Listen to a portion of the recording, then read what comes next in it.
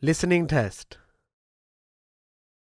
You will hear a number of different recordings and you will have to answer questions on what you hear.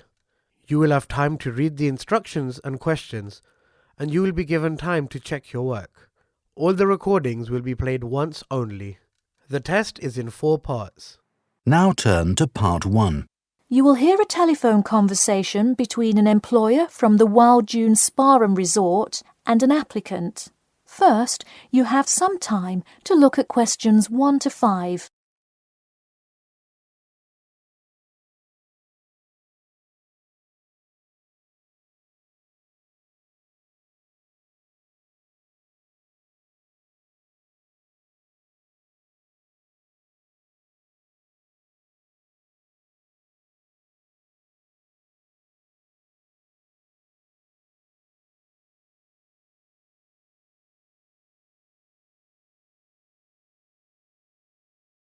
You will see that there is an example which has been done for you.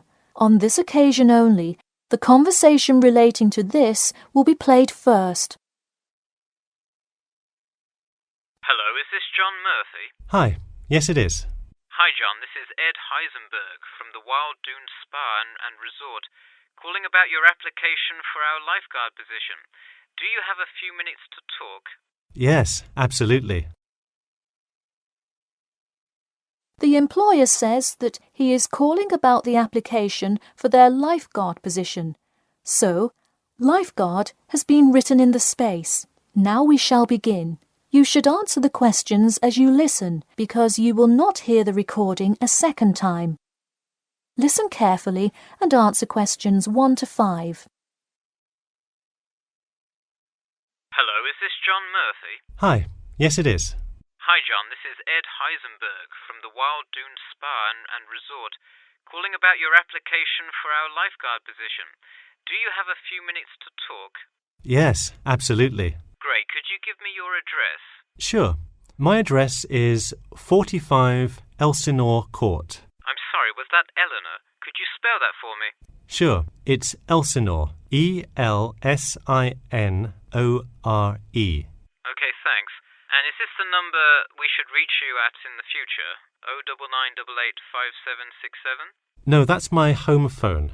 But let me give you my mobile number instead. 077 896 245. Call me on that one.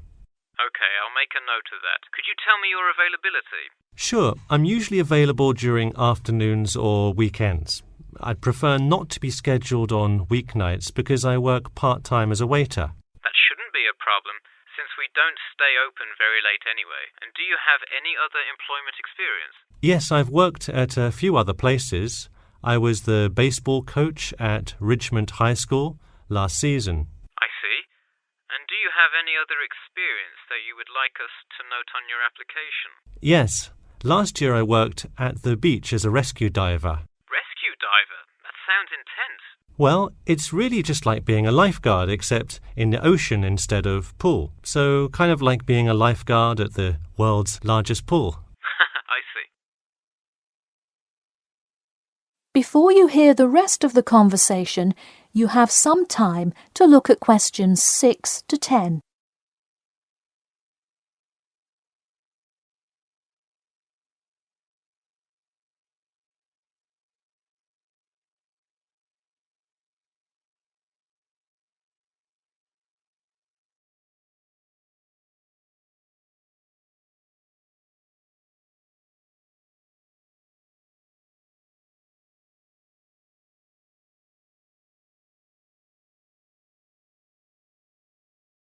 Now listen and answer questions 6 to 10. So could you tell me about the relevant skills you have? I'm guessing a lot given your experience. I'm CPR certified and have 2 years of diving experience. Great, it sounds like you are well qualified for this position. When does your CPR certification expire? I think in November, but let me quickly check my CPR card. Actually, it expires in October. Okay, so regardless, you have it through the end of the summer. When is your ideal time to work? Since I work in the restaurant on weeknights, I like weekends best, specifically Saturday mornings. I see.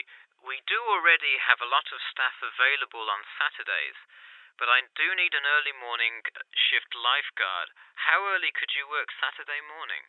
I can get there by 6 o'clock if need be. You'll be happy to know we open a little later than that, but I'll put you down for Saturday mornings here. Oh, awesome. I can't wait to get started. How about you come in next Saturday, the 12th? That sounds good. Great. We can figure out other shifts for you to work when you come in then. One last thing, just out of curiosity, where did you hear about us? I heard your ad on the radio while I was driving this morning. You know, I think you're the first person who has responded to our radio ads. It's almost always people who have seen us in the newspaper. Yeah, I don't have time to read through the newspaper every morning. I have plenty of time in the car to listen to radio ads. That makes sense. Well, thanks for your time, and we'll look forward to seeing you on the 12th. That is the end of section 1. You now have half a minute to check your answers.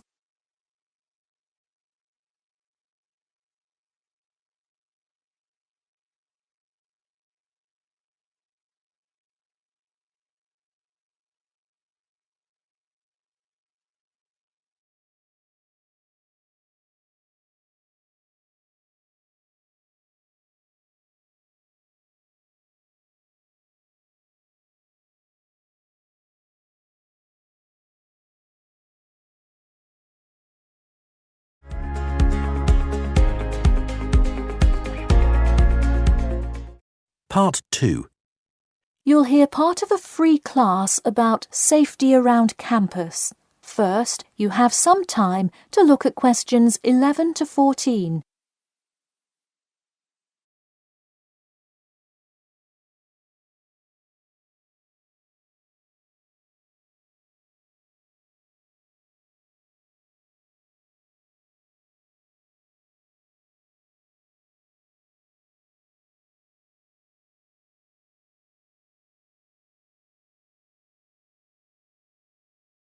Now, listen carefully and answer questions 11 to 14. Good evening. I'm Geoffrey Miller from the University of Nottingham Student Union, and in this week's free class, Carlos Garcia is going to tell us about safety around campus. Over to you, Carlos. Thank you, Geoffrey, and thank you all for your attendance today. Also, I'd like to thank the Student Union here at the university for organising this lecture. Well, I've been serving and protecting the city of Nottingham for over 20 years now as a member of the police department. Does anyone know what type of crime is the most prevalent on campus? I heard someone say drugs and alcohol. That actually isn't too much of an issue. Violence? Nope. Actually, the biggest thing we worry about here is theft. The nature of crime on Nottingham's campus is quite different from that of the surrounding areas. Crime rates across the East Midlands are very difficult to control. We'd like to see the rate stay the same for this calendar year, but it has been increasing steadily over the past 3 years. On campus, however, I'm happy to say that the overall crime rate has fallen this year. You wouldn't think so if you've seen the extremely exaggerated stories in the media. The media has done nothing but cause more concern about crime in our area. Even the crime shows you see today are a little bit far-fetched, but at least viewers know they're not real events. We'd really like to see more factual news articles out there so the public can have a rational sense of the safety level of our society. Before you hear the rest of the talk, you have some time to look at questions 15 to 20.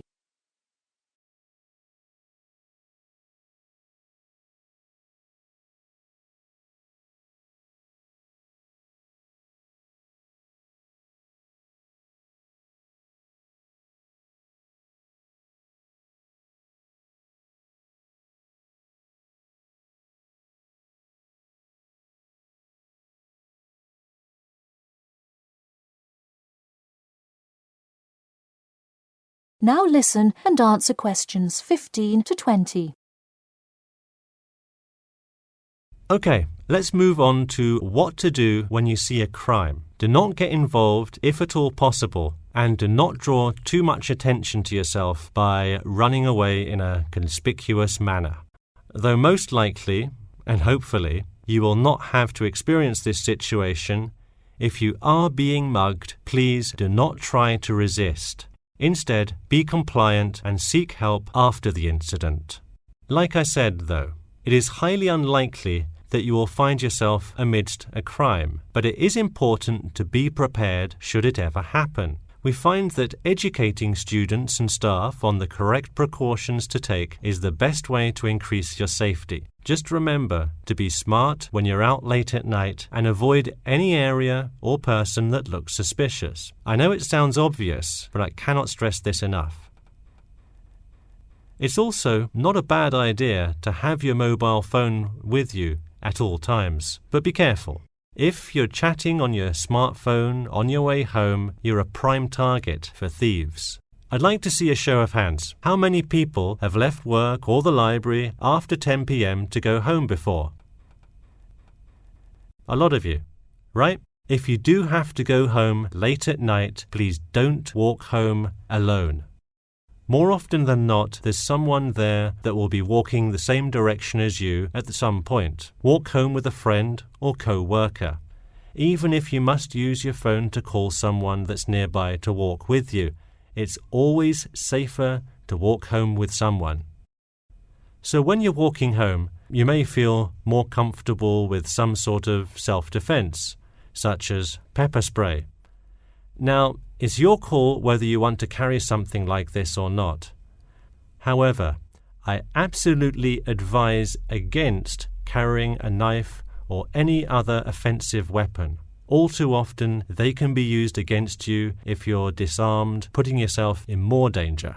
For all those interested, the Recreation Centre offers a free self-defense class to all students every Thursday evening. While obviously an introductory self-defense class may not equip you to fight off villains like a regular superhero, it does come in handy sometimes. After taking a self-defense class, you'll surely be more aware of possible dangers and how to deal with them. So hopefully now you have a more complete understanding of the nature of crimes committed on your campus and how to avoid being a victim. I know most students at the University of Nottingham are not the criminal types, but remember that there is no barrier like a wall or something keeping non-students out. There's no army force securing the borders, and I doubt anyone wants it that way. The campus is generally a safe place, but it's not immune to small crimes once in a while. All right, that's all I have to say for today. Stay safe. That is the end of section 2. You now have half a minute to check your answers.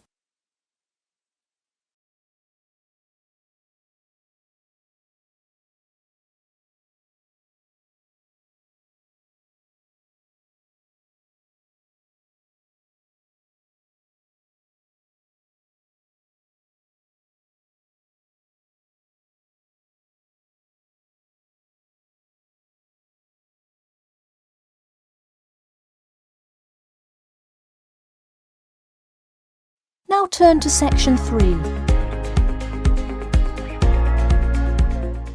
Part 3. You will hear a student called Bobby talking to his tutor about the research project. First, you have some time to look at questions 21 to 23.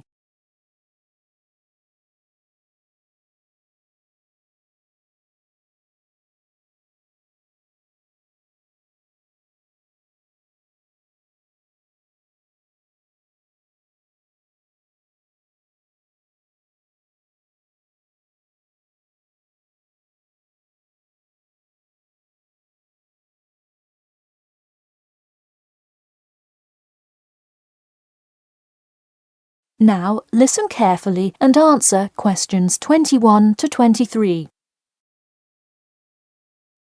Hi, Bobby. Go ahead and sit down. Tell me about your research project. Well, I decided to research football and keys for success on a football team. That sounds great. What are the guidelines for the test? Did the teacher talk to you about it in class? No, everything is on a handout that was passed out. It says that the first draft is due at the end of next week and the second and third are due later on in the month. I don't understand why we have to keep revising and fixing it. Is this assignment really that important? Well, this project is a major requirement for passing 11th grade English and will go on your permanent record. Oh, really? Does that mean it will affect what English level I am placed in next year? Well, not exactly. You need a good grade to move on, but it is your overall grade and teacher recommendation that determines what level of English you are placed in next year. Anyway, tell me about your topic choice. Do you play football? Well, actually, it's because my father loves the sport. He watches it every weekend. Cool. It's a good idea to report on something you're interested in. Before you hear the rest of the talk, you have some time to look at questions 24 to 30.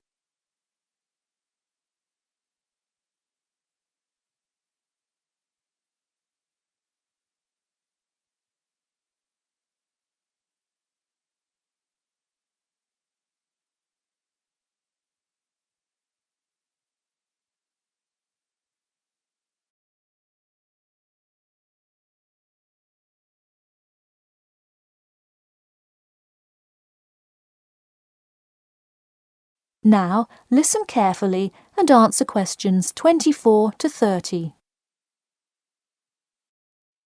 I see you worked hard calling players and the head coach to talk, so let's see what information you got.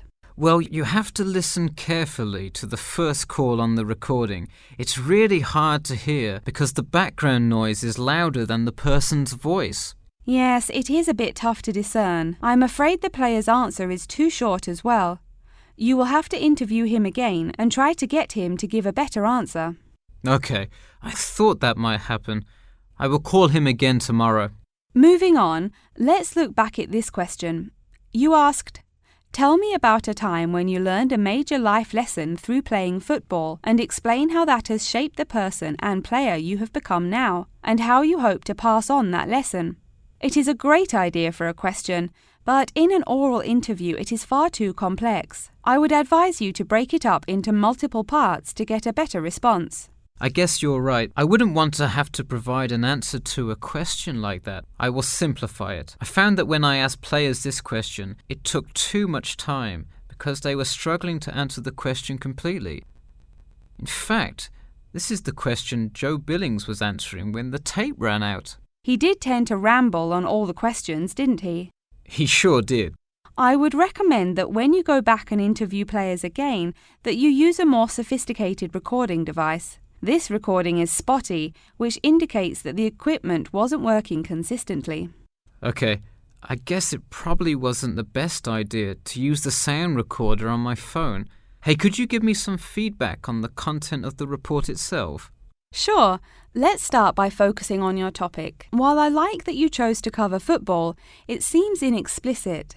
The keys for success of a player and team is quite an interesting topic, but what is your thesis? That is to say, what conclusions can you draw from your research? I would suggest coming up with a strong thesis statement and then shaping your report based on that. Is it really too vague? I put a whole lot of facts into it. I list the top 10 goal scorers in football history and later on provide statistics for a few of the most famous coaches and their records as coaches. I think that's great that you included these facts, but I think you focus too much on the facts and not enough on connecting these facts to make your point. Ah, I see. Okay. So it looks like I have quite a bit of work to do before the deadline. That is the end of section 3. You now have half a minute to check your answers.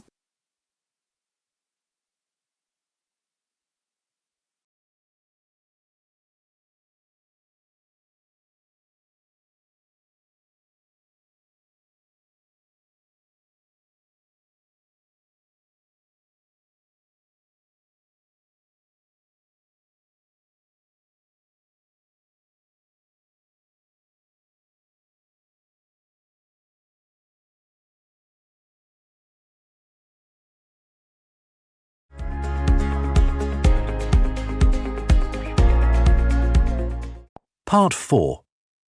You will hear part of a lecture about how to give a quality speech. First, you have some time to look at questions 31 to 40.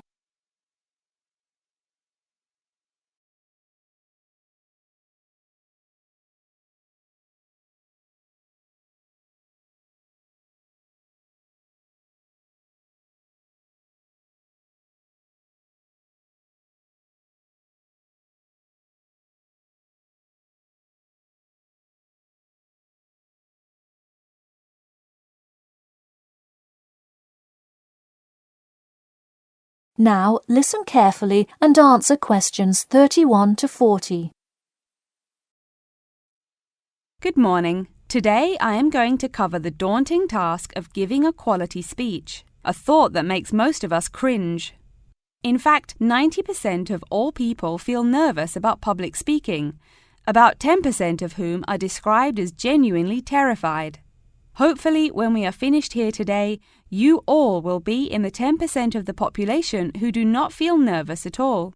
Did you know that lecturers tend to get more nervous if the speech they are giving is an important one? It makes sense, right? You probably wouldn't be nearly as nervous to address your residence hall about the proper use of the recycle and compost bins as you might be if you were asked to give the graduation speech to your entire 5,000 student class. So what is it that makes some people completely comfortable in front of crowds? Some people think that the ability to give a good speech is a gift that others are simply born with. This is almost never the case. Public speaking can be learned with practice. The first most important thing you can do to improve your confidence in delivering a speech is to prepare a quality speech. Honestly, while the content of your speech is relatively important, the audience will really only remember the last sentence you say. It is a good idea to structure the rest of your speech to lead up to this last point to really drive your message home. This is a good way to ensure that your speech is well organized.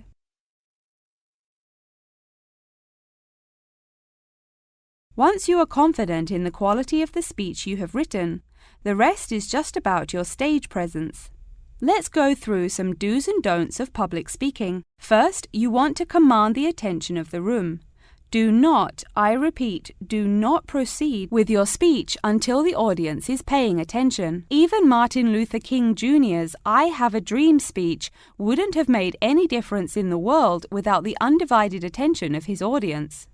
To continue with the I Have a Dream example, one of the reasons that MLK was such an effective orator was his ability to speak with passion and engage with his audience. That sort of charisma does not come from reading straight from paper. Don't get me wrong, it is a good idea to write your main ideas down on a note card, sheet of paper or something. But one factor that will consistently lead to a boring, forgettable speech is writing down your entire speech. Do not write your full speech down. If you are constantly reading your paper, you are not making eye contact with your audience, and thus failing to really express the feeling that goes with your ideas. I advise you write 1 or 2 ideas, so if you suddenly draw a blank, you have something to jog your memory. If you've written a good speech that you believe in, those ideas should be sufficient to keep you on track. Once you have those ideas written down, give your speech a few practice runs in front of the mirror, into your sound recorder on your phone, or with a friend before it comes time to address a crowd. That way, you can hear how the ideas come across, make sure there are no abrupt transitions, and find out whether you are talking too fast or too slow. Timing is important. Make sure you time yourself beforehand to see how long your speech is. That is pretty much it. With practice, you'll be able to deliver an expert speech that engages and even maybe inspires your audience. Just remember, speak with emotion. No one wants to listen to someone reading from a script. As I come to a close in my speech, I'll point out that I have employed all of these tips that I have covered. I practiced my speech ahead of time and timed it, and I can even show you my one small index card with just 3 simple bullets on it. It's as easy as that. That is the end of section 4. You now have half a minute to check your answers.